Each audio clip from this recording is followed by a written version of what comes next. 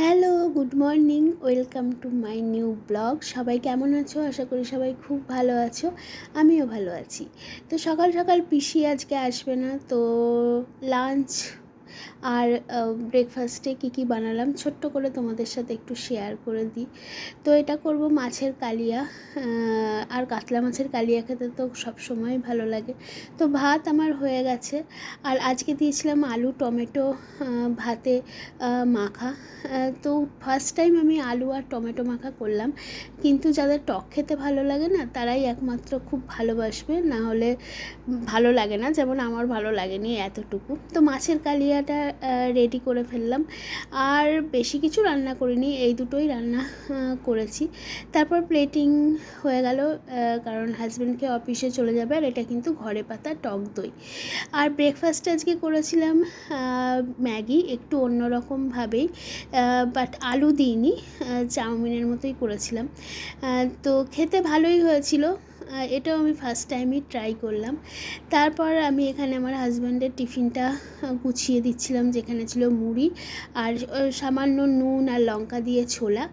আর আজকে এটাও রোজই নিয়ে যায়, কিন্তু আজকে আমি এক্সট্রা করে একটুখানি বাদাম ভাজা দিয়েছিলাম, যাতে মুড়িতে ছোলা বাদাম এগুলো বেশ ভালোই লাগে। আর তার সাথে তো ম্যাগি ছিলই। তারপর চলে এলো একটা পার্সেল, যেটা ছিল আমার ছেলের বার্থডে গিফট, আগাম, কারণ কিছুদিন বাদেই আমার ছেলের জন্মদিন। তো প্রতি বছরই আমি ওকে একটা নতুন জামা দেওয়ার চেষ্টা করি, তো এবছরও সেটাই করেছি। এটা ছিল একটা নাইট শ্যুট, আর আমি এটা নিয়েছি মিশো থেকে, ভীষণই কম প্রাইসে, কিন্তু কোয়ালিটি খুবই ভালো, কারণ যেহেতু ছোট বাচ্চাদের একটু কোয়ালিটি ভালো না হলে তাদের অনেক কিছু ইনফেকশান হয়ে যেতে পারে। বাট আমি ভাবছিলাম এত কম প্রাইসে পাচ্ছি, দেখি কীরকম, যদি সেরকম লো কোয়ালিটি হয় আমি চেঞ্জ করে নেব। তো কোয়ালিটি ভীষণই ভালো এসেছে, আর ও রিসিভ করেছে, তো ও তো পড়বে, আর ওর মুখ দেখে বুঝতে পারছো ওর কতটা ভালো লেগেছে। সকালের পর থেকে এখন সন্ধে হয়ে গেছে, এখন আমি ক্যামেরার সামনে এসেছি, কারণ সত্যি ভাল লাগছে না, বাড়িতে থাকতে থাকতে না বোর হয়ে গেছি। কিচ্ছু করার নেই। 4টে 4:30 সময় এমন মেঘ করছে না, পুরো চারিদিকটা কালো হয়ে যাচ্ছে, যে আমি বাচ্চা নিয়ে রিস্ক নিতে পারছি না বেরোনোর। আর ছেলেও ঘ্যান ঘ্যান করছে, কারণ এই শনি রবিবারটা ওর স্কুলও থাকে না। তো কি করব বলো তো, একা থাকলে আমি বেরিয়ে যেতাম, এইরকম মেঘ মাথায় নিয়ে বাচ্চা নিয়ে বেরোনো, ওদিকে বৃষ্টিও আসছে না। এটা কালকেও হলো, আজকেও হলো। কালকে মেঘ করলেও আমি বেরিয়ে যাব ভেবেছি। তো এখন ছেলে একটু নিচে গেছে, এইমাত্র গেল, আর কি। আর এটা ভেবেছিলাম যে শর্টস দেবো, বড় ব্লগ দেবো না, কারণ কিন্তু শর্টস করতে গিয়ে দেখি ইউটিউবের কি ঝামেলা শুরু হয়েছে আমি জানি না। ওখানে এডিট করতে গেলে কিছুতেই মানে সাকসেসফুল হয় না, মানে কিছু জিনিস এডিট হয় আর কিছু জিনিস আপনি হতেই ডিলিট হয়ে যায়। তো কিছু করতে পারলাম না, শর্টস দিতে পারলাম না, চেষ্টা করেছিলাম, মানে মিনি ব্লগ আর কি। তো বড় ব্লগ খুব একটা হবে না। আর এখন হলো প্রশ্ন, আমি রাতে কি রান্না করব। আমার হাজব্যান্ড এখন রাত্রিবেলা ভাত খায়, তো ওর জন্য মাছ আছে, আর চকরও ভাত আছে, ওরও হয়ে যাবে। আর ছেলের জন্য একটু আলু সেদ্ধ ভাত, আর এখন ছেলেকে করে দেবো একটু সুজি, তার জন্য যাই একটু সুজি খাওয়াই। এই হলো আপাতত ব্যাপার। তো চলো দেখি রাতে কি করি, এটাই করবো, তোমাদের সাথে শেয়ার করবো। এখন আসলাম। Hello, good evening. সকালের পর থেকে প্রথম আমি ক্যামেরার সামনে একটু বেরোচ্ছি। আরে আমাকে সকালবেলাতেই আমার হাজব্যান্ড আমাকে বলেছিল যে একটু চকর মাংসটা এনে রাখতে, চকর মাংস প্লাস কালকে আমাদের মাংস হবে। আমি ভুলেই মেরে দিয়েছি, সারা বিকেল মানে সন্ধে আমি বসে আছি, এখন বাজতে চললো প্রায় 8টা। এখন আমার মনে পড়লো যে হ্যাঁ আমি বেরোচ্ছি। আর আমি যে কাজলটা ব্যবহার করতাম অনেকবারই তোমাদের ব্লগে দেখেছি, রেনের কাজলটা এত ভালো এত শ্যুট করেছে, মানে কাজলটা পুরো নজর লেগে গেছে। আমি যবে থেকে ওটার একটা মানে শর্ট ভিডিও করেছি যে কাজলটা কত ভালো করে, ফেসবুকে সেটা।